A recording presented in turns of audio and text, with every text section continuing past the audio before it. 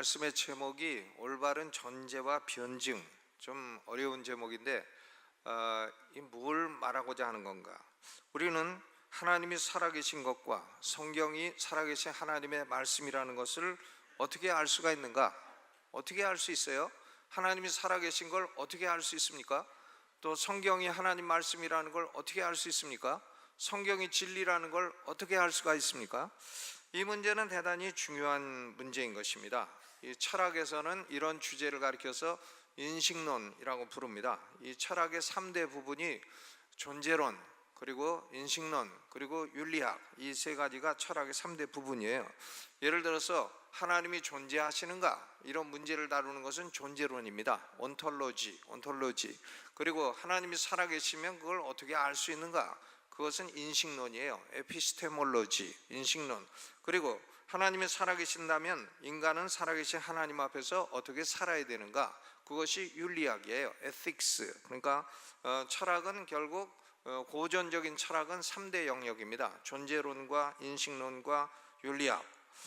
오늘은 어떻게 하나님이 살아계신 것을 알 수가 있는가? 인식론적인 문제를 좀 생각을 해보고자 합니다. 사람들은 인식론하면 뭐 어렵게 생각하지만 어려운 게 아니에요. 누구든지 다 자기가 인식의 기준을 갖고 살아가고 있습니다. 무슨 사물이든지 자기가 해석하는 기준을 가지고 살아가고 있는 것입니다. 쉽게 예를 들어서 가족이란 무엇인가?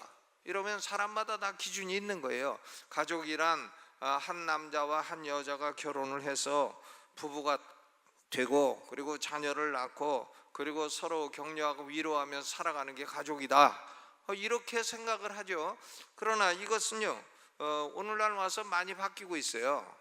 이 해석의 기준으로 보면 남자가 남자하고 더불어서 사는 것은 가족이 아니에요. 그렇죠? 그러니까 그런 기준을 가진 사람은 보면 남자가 더불어 살고 있으면 저게 무슨 가족이냐 그럴 거 아닙니까? 그러니까 사람마다 무슨 일을 보든지 간에 자기 해석의 기준이 있다 하는 얘기인 것입니다. 그러니까 이 해석의 기준이 시대에 따라 자꾸 바뀌고 이렇게 되는데, 이 해석의 기준이라고 하는 것은 사람마다 누구든지 이것은 옳다 그르다 혹은 이것은 선하다 악하다 판단하는 기준을 가지고 살아가고 있는 것입니다.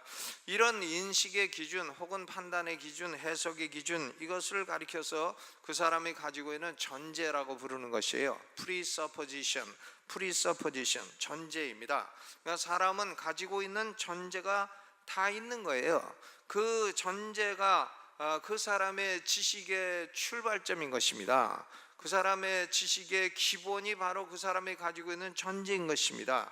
모든 지식, 모든 인식의 출발점이 바로 전제예요. 그러니까 나는 어떤 전제를 가지고 살아가고 있는가, 거기에 따라서 지식의 방향이 결정되는 것이기 때문에 이 사람의 전제라고 하는 것은 결국은 지식의 궁극적인 기준이 되는 것입니다. 예를 들어서 사람의 이성, 생각하는 능력을 궁극적인 기준으로 삼고 살아가는 사람은 합리주의자라고 불러요. 합리주의자, rationalism, rationalist. 합리주의자는 뭔가 자기 이성이 절대 기준이다 이거예요. 자기 이성. 그러니까 자기 이성하고 안 맞는 것은 성경도 잘못됐고 뭐 하나님도 잘못됐고 자기 이성이 절대 기준이기 때문에 자기 이성하고 어긋나는 건 안 받아들이겠다는 거죠. 그러니까 이런 사람이 합리주의자인 것입니다. 이성주의자, rationalism. 이성주의자는 자기의 이성이 절대 기준이라고 하는 전제를 갖고 사는 사람이에요. 또 어떤 사람은 자기의 경험이 궁극적인 기준이에요. 이런 사람은 경험주의자라고 부릅니다. 엠피리시스트 혹은 엠피리시즘, 경험주의. 자기 경험과 다른 것은 성경도 잘못됐고 과학도 잘못됐고 다 거짓되다, 자기 경험이 최고다, 이렇게 말하는 사람이죠. 자기 경험이 자기의 지식의 형성 기준이고 판단 기준이라 하는 것입니다. 또 어떤 사람은 쾌락이 자기의 궁극적인 기준이 되는 사람이 있어요. 이런 사람은 쾌락주의자라고 부를 수 있습니다. 히도니스트 혹은 히도니즘, HEDONISM, 히도니즘, 쾌락주의죠. 쾌락주의. 자기의 쾌락을 증진시키는 데 도움이 되는 건 선이고 자기의 쾌락을 감소시키는 것은 악이고 거짓이다, 이렇게 판단을 하는 것입니다. 이게 쾌락주의자예요. 또 어떤 사람들은 실용주의자가 있어요. 프라그마티즘 혹은 프라그마티스트. 이 실용주의자들은 무엇이든지 자기가 성공하는 데 도움이 되는 것은 선이고 성공하는 데 도움이 안 되는 것은 악이다, 이렇게 판단을 하는 것입니다. 그러니까 인간은 아무리 복잡한 존재인 것 같아도 인간은 자신이 가진 전제에 따라서 해석을 하고 판단하는 존재라, 이렇게 말할 수가 있는 것입니다. 나는 아무런 전제가 없다, 이런 사람은 어떤 사람인가? 정신 나간 사람이죠. 정신 나간 사람이나 아무런 전제가 없는 것이지, 정신이 있는 사람은 어떤 전제라도 다 가지고 살아가고 있는 것입니다. 인간은 자기가 가진 전제에 따라서 옳고 그름을 판단하고 선과 악을 해석하는 존재고 사물의 의미를 부여하는 그런 존재가 인간인 것입니다. 따라서 사람이 어떤 전제를 가지고 살아가느냐 하는 것은 절대적으로 중요한 것이에요. 그 전제가 옳으면 그 사람의 지식 체계는 옳은 것입니다. 근데 만약에 그 전제가 그릇되었으면 그 사람의 지식 체계 전체가 다 그릇된 방향으로 가게 되는 것입니다. 그러니까 나의 지식의 절대적이고 궁극적인 기준은 무엇인가? 이것이 바로 인식론의 핵심이고 또 전제의 문제인 것입니다. 나는 나의 이성을 기준으로 삼는가, 나의 경험을 기준으로 삼는가, 나의 쾌락을 기준으로 삼는가, 아니면 나의 성공을 기준으로 삼는가? 어떤 것이 나의 기준이고 어떤 것이 나의 전제인가? 여러분, 우리 그리스도인들은 어떤 전제를 가지고 살아가는 사람인고 하면 하나님은 살아계시다, 이런 전제예요. 그리고 살아계신 하나님의 말씀은 100% 진리이다. 하나님은 살아계시고 말씀하시는 하나님이시고 하나님의 말씀은 100% 진리이다. 이걸 뭐 입증할 필요가 있나? 입증할 필요가 없어요. 이것은 우리가 가지고 있는 전제인 것입니다. 이런 전제, 우리 그리스도인들은 하나님이 살아계시고 그리고 하나님의 말씀은 진리라, 이것이 전제예요. 그걸 믿는 겁니다. 그런 전제를 가지고 살아가는 사람이 그리스도인이에요. 하나님이 살아계신지 안 살아계신지 알 게 뭐냐? 그런 사람은 그리스도인이 아니에요. 성경이 진리인지 아닌지 알 게 뭐냐? 그런 사람은 그리스도인이 아닙니다. 그런 사람은 전제가, 그럼 당신은 무슨 전제를 가지고 살아가나 하면 다 뭐 이성이 기준이라든가 경험이 기준이라든가 다 이제 그런 헛된 소리를 하게 되는 것입니다. 그러면 첫째로 사람이 가진 전제는 어디서 나오게 되는 건가? 이 그리스도인과 비그리스도인의 차이는 결국 무엇에다가 권위를 두고 살아가고 있는가 하는 차이인 것입니다. 오토리티의 문제예요. 무엇에 궁극적인 권위를 주는가? 비그리스도인들은 인간 자체의 능력에 권위를 두고 있는 것입니다. 인간의 이성, 인간의 경험, 인간의 쾌락, 인간의 성공, 그런 데다가 그 권위를 두는 것이죠. 이성주의나 경험주의나 쾌락주의나 공리주의나 모두 다 공통점은 모두 인간에게 권위를 두고 있다는 것입니다. 한마디로 말해서 인본주의인 것이에요. 인본주의. 인간 자체가 가지고 있는 어떤 기능이 선악을 판단하는 기준이고 참과 거짓을 판단하는 기준이 된다 하는 생각인 것입니다. 그러나 그리스도인들은 인간 자체의 능력에 그렇게 권위를 두질 않아요. 인간 자체의 능력에 그렇게 큰 권위를 주지를 않습니다. 스스로 존재하시고 스스로 계시하시는 하나님만이 절대 권위를 가진 권위자이시다, 이것을 믿고 그런 전제를 가지고 사는 사람들이 그리스도인 것입니다. 한마디로 말해서 신본주의라고 말할 수 있는 것입니다. 사람이 가진 전제는 사람의 이성이나 경험이나 쾌락이나 성공이 기준이 되기 때문에 사람마다 다 달라요. 사람의 이성이 똑같습니까? 사람 생각이 똑같아요? 그렇지 않습니다. 다 달라요. 불교 문화에서 자란 사람의 이성은 불교 이성이에요. 불교 이성. 불교에 맞는 건 선이고 안 맞는 건 악이에요. 또 유교 문화에서 자란 사람은 유교 이성이에요. 자기가 볼 때에 유교에 맞는 건 선이고 거기에 어긋나는 건 악입니다.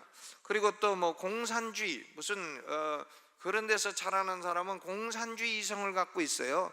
공산주의 프롤레타리아 해방에 맞는 건 선이고 거기에 안 맞는 건 악이고 그렇게 된다 이거예요. 그러니까 이성이 이게 사람마다 다 달라요. 모두 다 다른 전제를 가지고 옳고 그름의 선악을 판단하기 때문에 인간을 기준으로 하는 이런 전제는 일관성이 없어요. 일관성이 없고 그리고 절대적인 기준이 있을 수가 없어요. 다 다른데 누가 기준이에요? 도대체 어떤 분이 기준입니까? 칼막스가 기준입니까? 무슨 프리드리히 니체가 기준입니까? 칸트가 기준입니까? 도대체 어떤 분이 기준이 되는 것입니까? 그러니까 사람은, 사람의 이성은 다 다르고 사람의 경험도 다 다르고 하기 때문에 사람에게 궁극적인 권위를 두게 되면은 그것은 다 절대성이 있을 수가 없고 객관성이 있을 수가 없고 일관성이 있을 수가 없는 것입니다. 그러나 그리스도인의 전제는 하나님이 살아계시다, 싸울 것도 없어요. 안 살아계시다고 믿으면 그렇게 믿으라 이거예요. 우리는 하나님이 살아계신다고 믿겠다 이겁니다. No discussion, no debate, 뭐 시비 걸지 말라 이거예요. 우리는 하나님이 살아계신다고 믿겠다는데 네가 웬 상관이냐 그거예요. 하나님이 살아계신 걸 우리는 믿고, 그리고 하나님이 살아계신 하나님이 우리에게 말씀을 주시고 그 말씀은 하나님이 거짓된 분이 아니시기 때문에 절대적인 진리라, 이것을 믿는 것입니다. 그렇기 때문에 그리스도인의 전제는 일관성이 있고 절대적인 기준이 있는 것입니다. 그러면 둘째로 그리스도인들이 가진 전제가 옳은 전제라는 것을 어떻게 입증하느냐? authentication, 어떻게 입증이 되나? 하나님이 살아계신다는 사실과 하나님이 계시하신 말씀이 인간 삶의 절대 기준이 된다는 사실을 어떻게 입증하나? 누가 증명하나? 여러분, 하나님은 스스로 증명하는 분이에요. 출애굽기 3장 14절에 하나님이 모세에게 이르시되 나는 스스로 있는 자 아니라 I am that I am. 그게 여호와라는 하나님의 이름의 의미죠. 나는 스스로 있는 자 아니라, 즉 하나님은 스스로 존재하시고 self existence, 스스로 존재하시고 스스로 충족하시고 self sufficiency, 스스로 충족하시고 스스로 계시하시고 self revelation, 그런 하나님이에요. 하나님은 자기 자신이 제일 높은 분이기 때문에 더 높은 존재에게 뭘 입증해 달라고 할 필요가 없는 것입니다. 하나님은 스스로 입증하는 하나님이에요. 히브리서 6장 13절 14절에도 하나님이 아브라함에게 약속하실 때에 가리켜 맹세할 자가 자기보다 더 큰 이가 없으므로 자기를 가리켜 맹세하여 가라사대, 하나님이 자기를 가리켜 맹세해 내가 반드시 너를 복주고 복주며 너를 번성케 하고 번성케 하리라 하셨더니 그랬습니다. 하나님은요 스스로 가리켜서 맹세하고 스스로 입증하는 분이시다, 그런 말씀이에요. 하나님은 왜 그럼 그렇게 하시나? 하나님보다 더 높은 존재가 없기 때문인 것입니다. 이것이 소위 self authentication, 스스로 입증해요. 스스로 증명하는 겁니다. 스스로 입증해. 불신자들은 이걸 가리켜서 비판합니다. 야, 그거 순환 논리 아니냐? 순환 논리. 아니, 자기가 말하고 자기가 옳다 그러고 또 자기가 옳으니까 그 말은 옳다 그러고, 이거 순환 논리 아니냐? 어떻게 스스로가 스스로를 옳다고 그렇게 입증을 할 수가 있느냐? 그런데 하나님께는 그런 방법밖에는 없는 겁니다. 그런 방법을 쓰는 사람 존재만이 하나님이에요. 만약에 누구 다른 존재에게 입증을 해달라고 하면 그는 이미 하나님이 아닌 것입니다. 스스로 입증할 수 있는 존재만이 하나님이에요. 여러분, 다른 종교들도요, 다른 종교를 가진 사람들도 자기들은 자기보다 높은 신들로부터 입증을 받는다고 주장을 합니다. 그러나 사도 바울이 말하기를 불신자들의 신이라고 하는 것은 인간이 자기 마음에서 만들어낸 신에 불과하다고 지적을 하고 있어요. Imagination, God of Imagination. 불신자들의 신은 다 자기들이 상상해서 만든 거예요. 무슨 알라, 뭘 알아 알기는 알라, 이게 다 상상해서 만든 거예요. 뭐 부처, 뭐 석가모니가 뭐 부처입니까? 아니에요. 그거 다 상상해서 만든 거예요. 상상해서 만든 신이고, 거기에 이제 귀신들, 하늘에서 타락한 귀신들이 달라붙어 가지고 별짓을 다 하고 이제 그러는 것이 이방 종교인 것이죠. 로마서 1장 22절을 보면 인간은 스스로 지혜 있다 하나 우준하게 되어 썩어지지 아니하는 하나님의 영광을 썩어질 사람과 금수와 버러지 형상의 우상으로 바꾸었느니라 그랬습니다. 그러니까 인간은 자기들의 상상으로 신을 만들어내고 그 만들어진 신, 허상이요 우상이 신의 입증을 받겠다 하는 것이죠.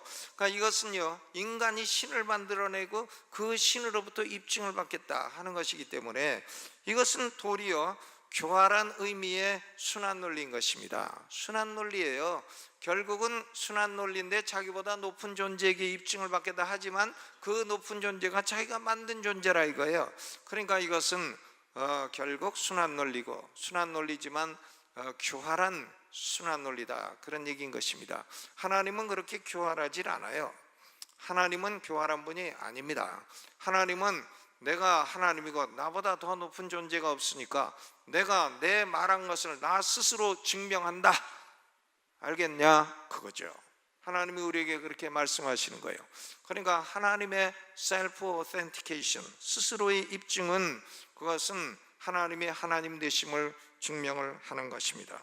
하나님은 당신이 살아계시고 만물을 창조하시고 스스로 계시하신다는 사실을 인간에게 설명하지 않아요. 설명하지 않고 그냥 선포합니다. explanation, 요건 요렇게 되고 요건 요렇게 되고 요건 요렇게 되니까 이해가 가냐, 그러질 않아요. 그냥 선포, declaration, 선포하는 거예요. 창세기 1장 1절을 봐요. 얼마나 어미합니까? 태초에 하나님이 천지를 창조하시니라, 끝이에요. 뭘 더 무슨 천지 창조하신 게 이해가 가냐 안 가냐 묻지 않아요. 천지를 창조하셨다니까.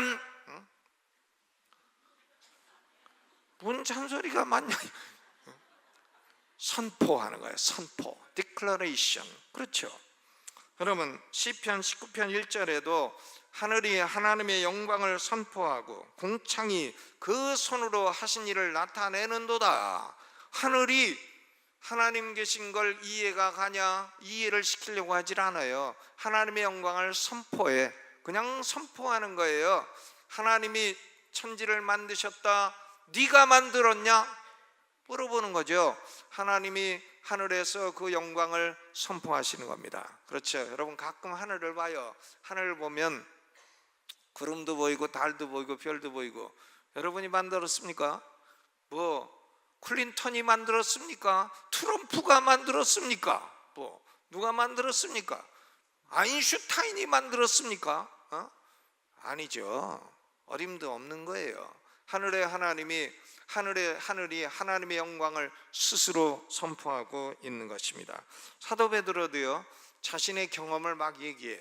베드로전서 후서 1장 16절 17절을 보게 되면 경험을 막 얘기해. 자기가 변화산에 올라갔을 때 하늘에서 나는 소리를 들었다. 하늘에서 나는 소리가, 이는 내 사랑하는 아들이요 내 기뻐하는 자라. 그런 소리를 내가 들었다. 이 얼마나 대단한 그런 경험이냐. 예수님 옷이 변하는 것도 보았다. 예수님 옷이 이 세상에 어떤 세탁제로도 희귀할 수 없을 만큼 그렇게 휘어진 걸 내가 보았다. 그리고 모세 엘리야가 내려와서 예수님하고 얘기하는 것도 내가 보았다. 그러나요, 베드로는 자기 경험이 그런 게 있어도 경험을 그렇게 별로 내세우지 않아요. 경험을 별로 내세우지 않고 뭘 내세우나? 베드로후서 1장 19절, 그러나 우리에게 더 확실한 예언이 있어. more sure, 더 확실한 예언이 있어. 어두운 데 비치는 등불과 같으니 너희가 이것을 주의하는 것에 가하니라. 그러니까 베드로도 자기 경험이 있긴 있어도 경험에다 권위를 두질 않아요. 성경을 더 확실한 예언이라고 말하고 성경에다가 절대적인 권위를 두고 있는 것입니다. 여러분, 우리 그리스도인들은 하나님이 살아계시다, 이걸 그냥 삶의 전제로 갖고 살아가는 사람이에요. 또 성경은 하나님의 말씀이시다, 100% 진리이시다, 이걸 전제로 갖고 살아가는 사람이에요. 아무리 누가 시비 걸어도 그냥 나는 그렇게 믿습니다. 나는 그런 전제를 가지고 살아가고 있습니다. 그런 사람이 그리스도인들이에요. 그러면 왜 사람들은 하나님이 선언하시는 진리를 자신의 전제로 받아들이지 않는가? 왜 불신자들은 우리와 같은 전제를 갖고 있지 않는가? 두 가지 이유가 있어요. 첫째 이유는 인간은 아담 이후로 무조건 하나님에게 반역하는 존재이기 때문에 그렇습니다. rebellion, 반역자예요. 하나님을 향해서 반역을 합니다. 인간이 하나님 살아계신 걸 모르나요? 알아요. 불신자들도 압니다. 스님들도 가다가 빠지면 아이쿠 하나님 한다잖아요. 다 빠지죠. 다 빠지면 다 하나님을 찾고, 사람의 마음속에 전도서에 보면 영원을 사모하는 마음이 있다고 다 말하지 않습니까? 그러니까 사람들은 죽을 때는 되면 다 내가 과연 살아계신 하나님 앞에 갈 건가, 그걸 이제 걱정을 하고 염려를 하고 그러죠. 근데 로마서 1장에서 사도 바울은 불신자들이 하나님이 주신 참된 지식을 미워한다고 그랬어요. 미워하고 그것을 억누른다고 했습니다. 일부러 억누르고 하나님을 마음에 두기 싫어하는 거예요. 하나님을 마음에 두기 싫어합니다. 이것이 죄의 본질인 것입니다. 왜 불신자들은 우리와 같은 존재를 갖고 살아가지 않는가? 죄 때문에 그래요. 죄 때문에. 하나님을 향해 반역하기 때문에 그런 것입니다. 여러분 중에 지금 앉아서 나는 예수 안 믿어, 나는 성경 안 믿어, 나는 하나님 사랑이시고 어떻게 알아? 내가 그걸 어떻게 알아? 어떻게 증명해? 그러고 앉아있는 사람은 죄인이에요. 죄인, 반역자, 하나님을 향한 반역자다 이거예요. 로마서 1장 19절 21절에 이는 하나님을 알만한 것이 저희 속에 보임이라. 하나님께서 이를 저희에게 보이셨느니라. 다 보여주셨어요. 살아계신 걸. 그러므로 저희가 핑계치 못할지니라. 하나님을 알되 하나님으로 영화롭게도 아니하며 감사치도 아니하고 오히려 그 생각이 허무해지고 미련한 마음이 어두워졌나니 그랬습니다. 하나님을 알면서도 마음에 두기 싫어해. 로마서 1장 28절 또한 저희가 마음에 하나님 두기를 싫어하며 하나님께서 그 성실한 마음대로 내어버려 두사 합당치 못한 일을 하게 하셨으니 그랬습니다. 여러분, 하나님이 살아계신 것 불신자도 알아요. 성경이 하나님 말씀이라는 것 불신자들도 알고 있어요. 알고 있으면서도 고의적으로 거부하고 하나님을 대적하기 때문에 하나님의 진노가 임한다는 것입니다. 그러면 우리 그리스도인들은 어떻게 이걸 알게 됐나? 어떻게 알게 됐어요? 여러분, 하나님이 살아계신 거 어떻게 알게 됐습니까? 또 성경에 하나님 말씀이라는 거 어떻게 알게 됐습니까? 공부해서 알게 됐습니까? 성경 공부 열심히 하면 알게 됩니까? 제자 훈련 열심히 받으면 알게 됩니까? 저는 교수 생활할 때부터 이 제자 훈련하는 걸 싫어했어요. 난 솔직히 그런 게 싫어요. 이 책 갖고 답 몇 개 이렇게 틱틱 달고서는 몇 권 해가지고 1권 띄었다 2권 띄었다 제자가 되었다. 난 그런 거 싫어요. 그런 제자는 아주 꼴도 보기 싫어요. 내가 굉장히 싫어요. 그리스도의 제자는 전 세계 다니면서 복음도 전하고 선한 양심을 갖고 살고, 그리고 성경에 대한 확신을 가지고 살고, 무슨 큐티 조금 끼적거리는 게 아니라 성경을 열심히 공부하고 사랑하고 그래야지. 그리스도를 증거하고 자신의 삶을 증거하고. 제자 훈련은 많이 받으면서 삶은 개떡같이 살면 그게 무슨 제자 훈련이에요. 그래서 제가 교수할 때 어떤 충남대 학생이 와가지고는 제자훈련 자기가 5권까지 뛰었다고 신학교 와서 교수를 하겠다고 그래가지고 미친놈아 정신이나 차려라. 전 지금도 그렇기 때문에 이 청년대학처에서 제자훈련 단어를 잘 안 쓴 거예요. 그런 단어를 쓰기를 싫어하는 거예요, 제가요. 그런데 여러분, 우리는요 어떻게 해서 이 하나님이 살아계신 것과 성경이 하나님 말씀이라는 걸 알게 됐나? 이것은요 훈련으로 된 게 아닙니다. 이것은 하나님의 성령의 역사로 된 거예요.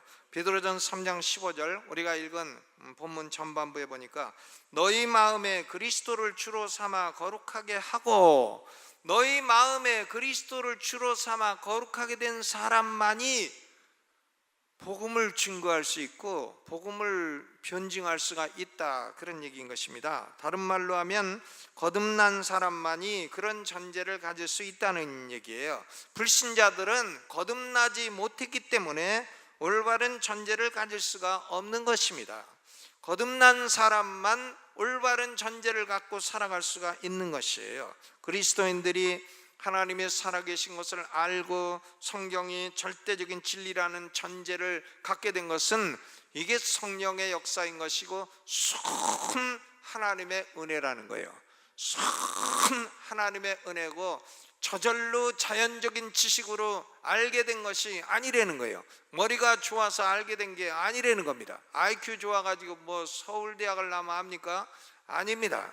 그렇게 알아지는 게 아니라는 거예요. 성령의 역사로 큰 하나님의 은혜로 인해서 거듭나게 되므로 전제에 급진적인 변화가 오게 된 것입니다. 불신자들은 이런 은혜의 과정이 없기 때문에 인생의 올바른 가치 판단 기준을 가질 수가 없게 된 것이에요. 골로새서 3장 10절에 거듭난 사람은 어떤 사람인가?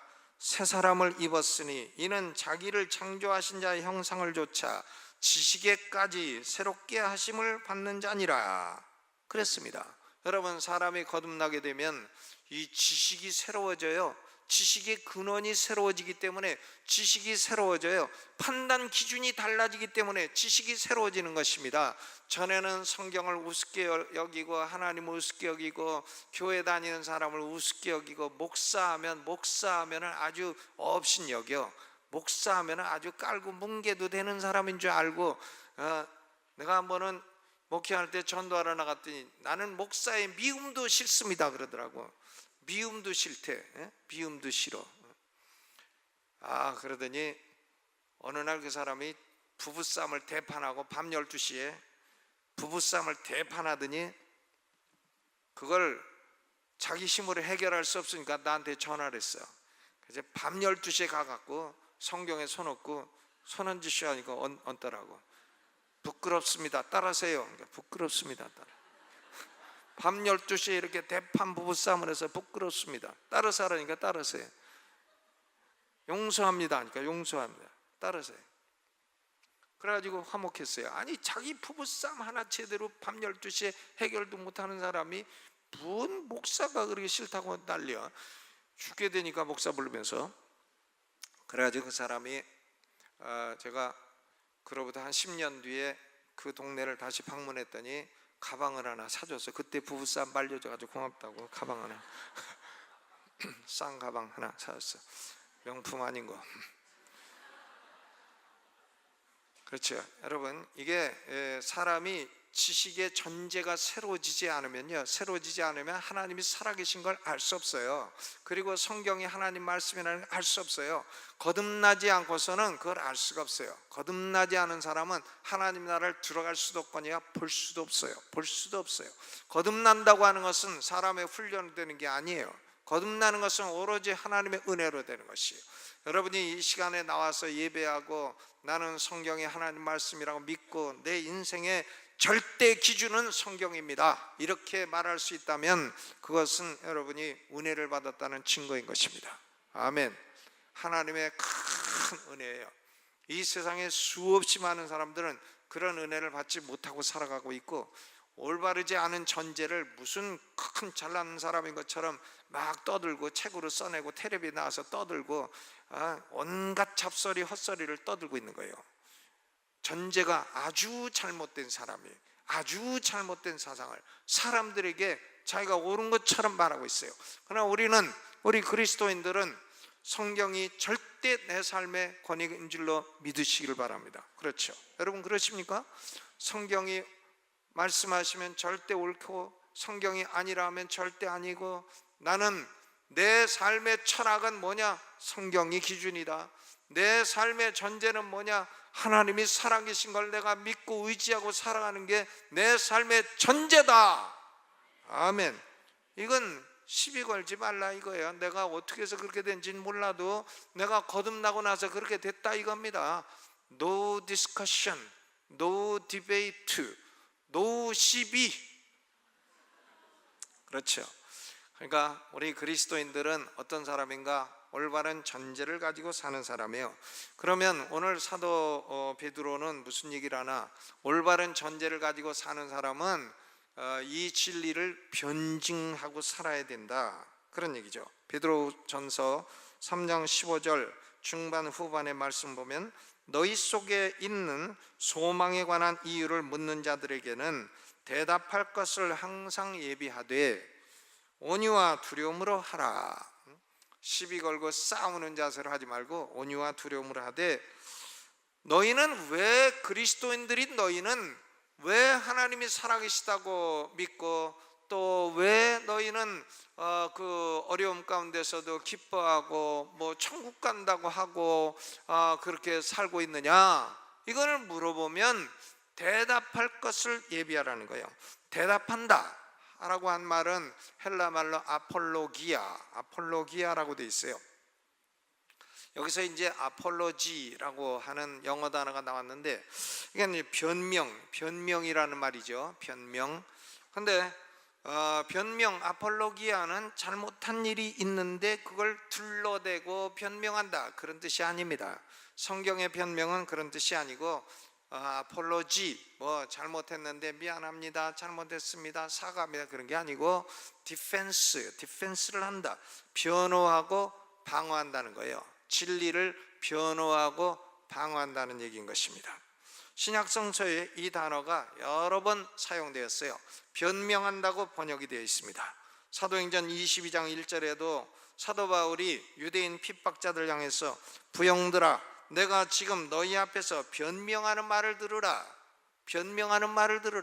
바울이 뭘 잘못했다고 변명해요? 디펜스 하는 거죠. 자기가 믿는 복음이 이게 진리라는 걸 디펜스를 하는 거예요. 또 빌립보서 1장 7절에도 나의 매임과 복음을 변명함과 확정함에 너희가 다 나와 함께 은혜에 참여한 자가 됨이라. 복음을 변명하고 확정하는 것이 은혜에 참여하는 일이라, 그런 얘기죠. 그러니까 우리는 바른 전제를 가지고 살아가는 사람은 입 딱 다물고 살아서는 안 되고 복음을 변명하며 살아야 돼요. 아폴로지, 복음을 디펜스하면서 살아야 됩니다. 방어하고 변호하고 그리고 살아야 돼요. 그렇죠. 방어하고 변호해야 됩니다. 누가 예수님 욕하는데 가만히 있으면 안 돼요. 너 욕하지 마라. 예수님이 하나님의 아들이신 너한테 욕먹을 존재가 아니다. 변호하고 방어해야 됩니다. 네가 하나님의 아들을 욕할 군번이냐? 너는 하나님보다 더 높냐? 물어봐야 돼. 여러분, 복음을 변명하는 학문을 변증학이라고 하죠. 아폴로제틱스 20세기에 발전이 되었어요. 그 이전에는 변증학이라는 그런 뭐 단어도 존재하지 않았어요. 그런데 두 가지 종류의 변증학이 형성이 되었습니다. 하나는 칼빈주의 신학자들을 중심으로 해서 형성된 것이 전제론적 변증학이에요. Presuppositional Apologetics, 전제론적 변증학이고, 또 주로 알미니언주의자들에 의해서 형성된 것이 증거론적 변증학의 Evidential Apologetics. 이 증거론적 변증론을 험증론이라고 번역을 하기도 합니다.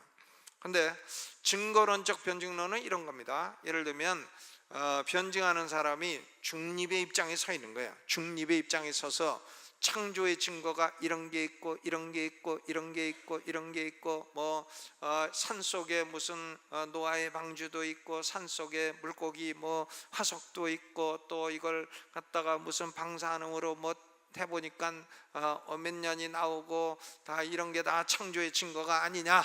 그러니까 너는 중립에 있지 말고 믿음으로 가라, 이렇게 증거를 내가지고 변증을 하는 거죠. 또 예수님이 부활하신 것도 부활의 증거가 뭐 빈 무덤도 있고 뭐 본 사람도 있고 다 그렇고, 그걸 부활이 가짜라면 그걸 위해서 목숨을 버릴 사람이 있겠냐. 그러니까 그걸 증거하기 위해서 순교를 당한 사람이 있다는 걸 볼 때에 부활이 진실이 아니겠느냐, 이렇게 증거를 하는 거죠. 이게 이제 Evidential Apologetics, 증거론적 변증학이에요.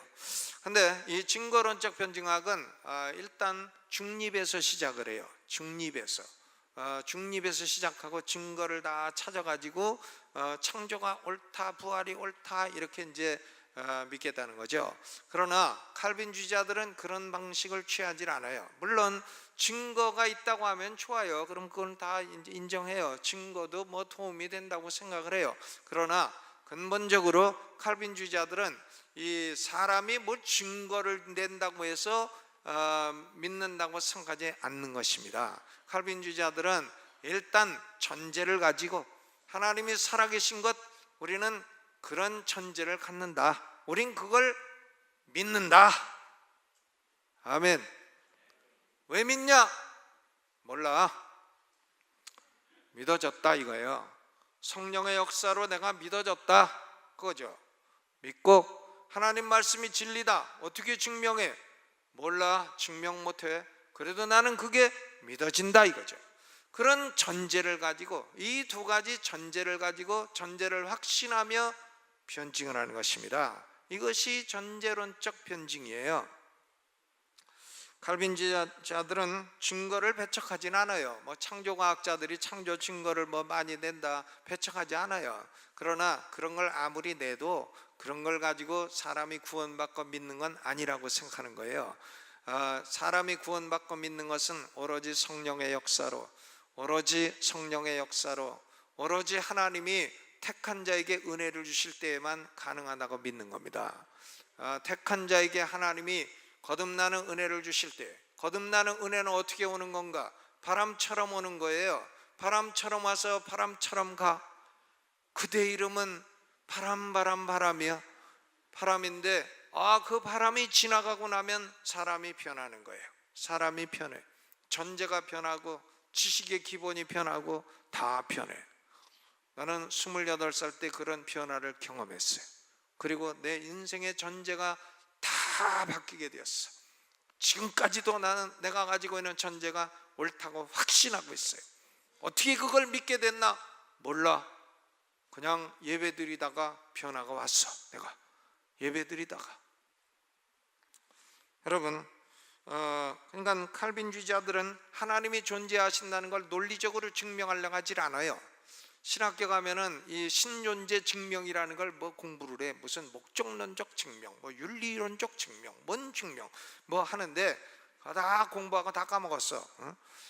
아무런 확신이 안 와. 그런 걸 가지고 확신이 오고 변화되질 않아.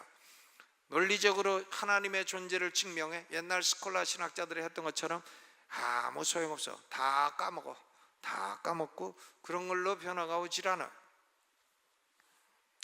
신존재 증명에 아무런 관심이 없어요. 별로 관심이 없어요.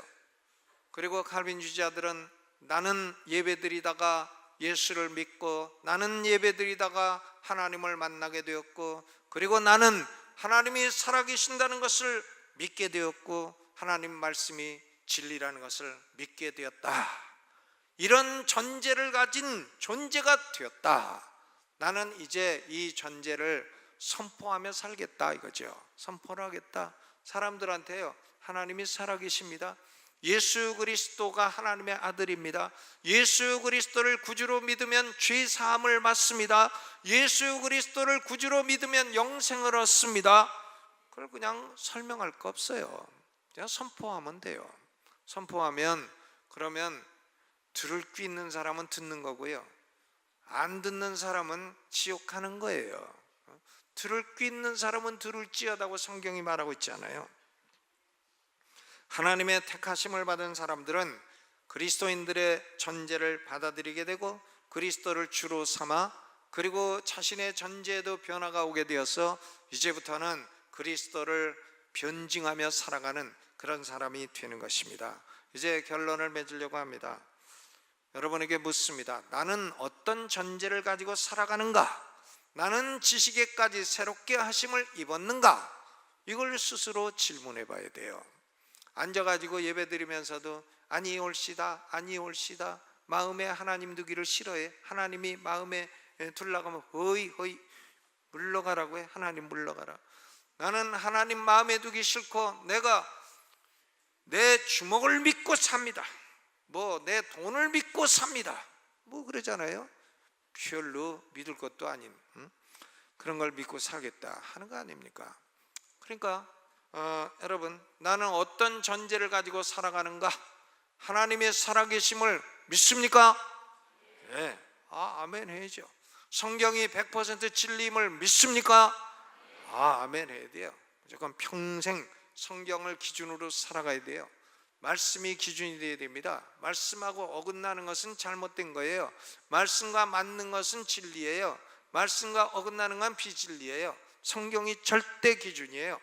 이런 전제를 가지고 살아가야 되고, 이런 전제를 가지고 있다면 그 전제를 나만 싹 가지고 있는 게 아니라 사람들에게 변론하고 선포하고 살아가야 될 것입니다. 오늘 베드로는 거듭난 사람은 진리를 변론하고 선포하고 살으라고 우리에게 말씀하고 있습니다. 오늘날은 기독교에 대한 도전과 미혹이 엄청나게 강한 시대예요. 우리 대한민국이 지금 2018년, 19년 기독교에 대한 도전이 너무 많아. 인본주의의 도전, 세속주의의 도전, 신비주의의 도전, 공산주의의 도전, 포스트 모던주의의 도전, 이단들의 도전.